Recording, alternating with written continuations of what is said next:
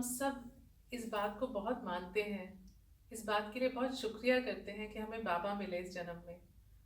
पर जब मैं सबसे बातें करती हूँ, मिलती हूँ, मुझे लगता है कि इसकी गहराई हम नहीं समझ पाए।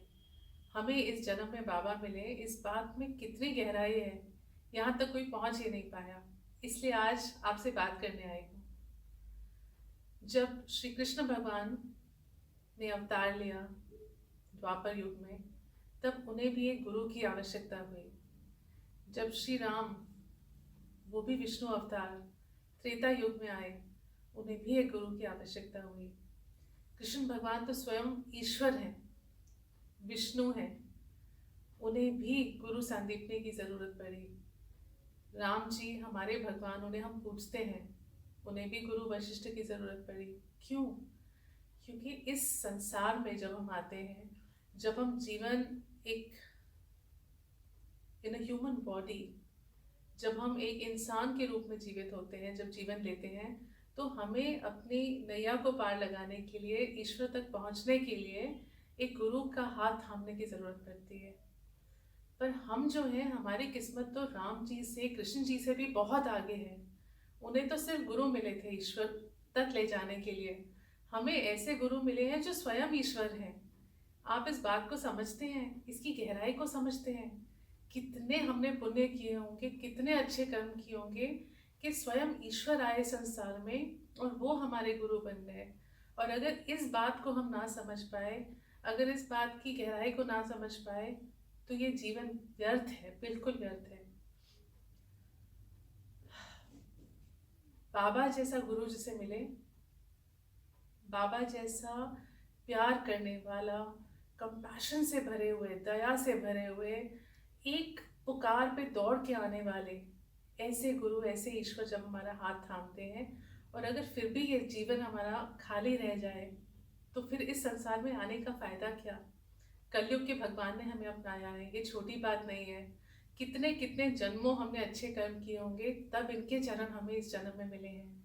हमारा फर्ज बनता है, कर्तव्य बनता है कि हम सिर्फ अपनी जीवन ही नहीं, अपनी मृत्यु भी सार्थक करें ऐसे ईश्वर को पाकर। अब ये हम कैसे करें? जब बाबा जीवित थे, तब उन्होंने, आप ये सोचिए कि ईश्वर ने स्वयं एक इंसान का रूप लिया हमारे लिए। एक इंसान की तरह एक बहुत ही नॉर्मल, एक बहुत ही सिंपल लाइफ उन्होंने शिरडी में बिताई। क्यों? हम सबको सिखाने के लिए, हमें जीवन का सबक देने के लिए। तो जो हमारे बाबा का जीवन था, वही हमारा जीवन होना चाहिए। जो उन्होंने किया, वही हमें करना चाहिए। हमारे बाबा कभी प्यार से किसी का दर्द दूर कर देते थे, कोई कष्ट में आता था उसके कष्ट का निवारण कर देते थे। जो भूखा होता था, अपने हाथों से प्यार से उसके लिए खाना बना के उसे खिलाते थे। जो ठंड में शीत से कराह रहा होता था, उसका शरीर ढक देते, उसे अपने प्यार की गर्माहट देते थे। तो हमारा फर्ज नहीं बनता कि इस जीवन में हम भी कुछ ऐसा करें जो हमारे ईश्वर, हमारे गुरु ने हमें सिखाया? हमारा ये परम कर्तव्य है कि हम भी अपना जीवन इसी प्रकार जिए जैसे बाबा ने जिया था, तब ही जाके जीवन सार्थक हो पाएगा। एक तरफ तो इतना अच्छा करना है, इतना अच्छा करना है कि गुरु हमारा प्रसन्न हो जाए, और दूसरी तरफ बुराई से बचना है। सिर्फ अच्छा करें और यहाँ से बुरा करते जाएं, तो उसका तो कोई फायदा ही नहीं। एक तरफ से खूब अच्छाई करिए, तो इस संसार में लोगों के दुख दूर करिए, उनके कष्टों को निवारण करने में मदद करिए।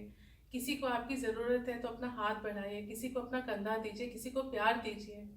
और दूसरी ओर किसी से कड़ू वचन ना बोलिए, किसी से कटु वचन, बुरे वचन, दर्द देने वाली कोई बात ना करिए। इस तरह जीवन जिए जिस तरह बाबा थे, कभी किसी का दिल नहीं दुखाया, बस दिया तो सिर्फ प्यार दिया, सिर्फ प्यार दिया। एक बात याद आ रही है आपको, बीच में सुनाऊंगी। इस सब के कुछ महीने पुरानी बात है। मुझे मिलने के लिए एक बहुत ही प्यारा सा लड़का आया, कुछ 30 से 1 साल की उम्र होगी। मुझे किसी ने मिलवाया और बोला, दीदी ये बाबा का परम भक्त है, आप इससे मिलिए, आपका दिल खुश हो जाएगा। और सच में मेरा दिल प्रसन्न हो गया उसे मिलके। कहता है, दीदी मैंने सोच लिया है कि मेरा जीवन मुझे बाबा ने दिया है, मुझे इसे बाबा के लिए व्यतीत करना है, बाबा के कामों में लगाना है। बस मैं एक ही चीज़ चाहता हूँ। बाबा कहते थे अन्नदान बहुत अच्छा है, मुझे बहुत अन्नदान करना है, बस करूँ तो अन्नदान करूँ, हर रोज़ किसी गरीब का पेट भरूँ, किसी भूखे की तड़प मिटाऊं, बस यही मेरा मकसद है। मैं सच में बहुत खुश हो गई। मैंने बोला, बच्चे आप क्या करते हो, कहाँ खाना खिलाते हो, किसको खाना खिलाते हो? तो उसने मुझे बोला, दीदी खाना नहीं नहीं अभी नहीं, आप देखो जब मेरे पास बहुत पैसा आ जाएगा उस दिन बस मैं ये काम शुरू कर दूंगा। इस बात की क्या गारंटी है? कोई आश्वासन दे सकता है कि इतना पैसा आएगा? कोई आश्वासन दे सकता है कि इतना जीवन और आपके पास है कि आप इंतजार करो? प्लीज नहीं।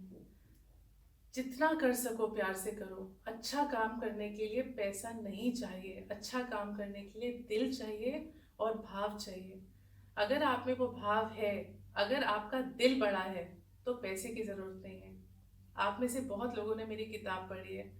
बहुत बुरा वक्त देखा हमने जिंदगी में, एज अ फैमिली, एक परिवार हमारा बहुत कष्ट से गुजरा।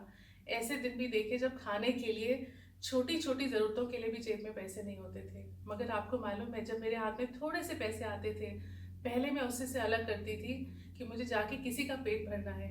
किसी के लिए भी, अगर मैं खा रही हूँ तो जिसके पास नहीं पहुंचा है उसे भी खाना है।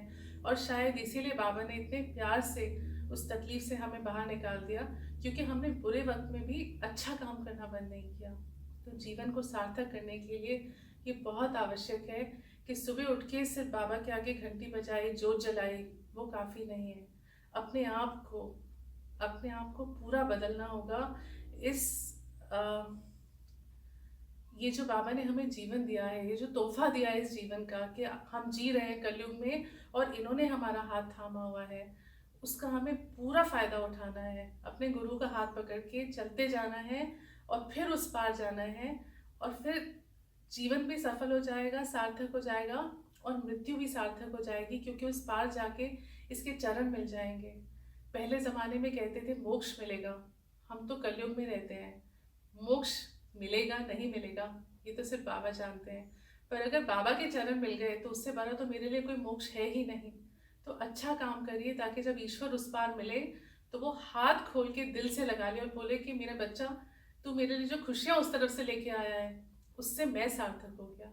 इस कदर उनसे प्यार करिए कि जीवन हो तो उनके लिए हो, वरना जीवन हो ही ना। जियो तो ऐसे जियो जो बाबा ने सिखाया, वरना इस जीने का क्या फायदा, क्या लाभ। इससे खुशियाँ बांटिए, बाबा से जो सीखा है वो करिए, और अपने जीवन को भी सार्थक करिए, औरों के जीवन को भी सार्थक करिए। ओम साई राम।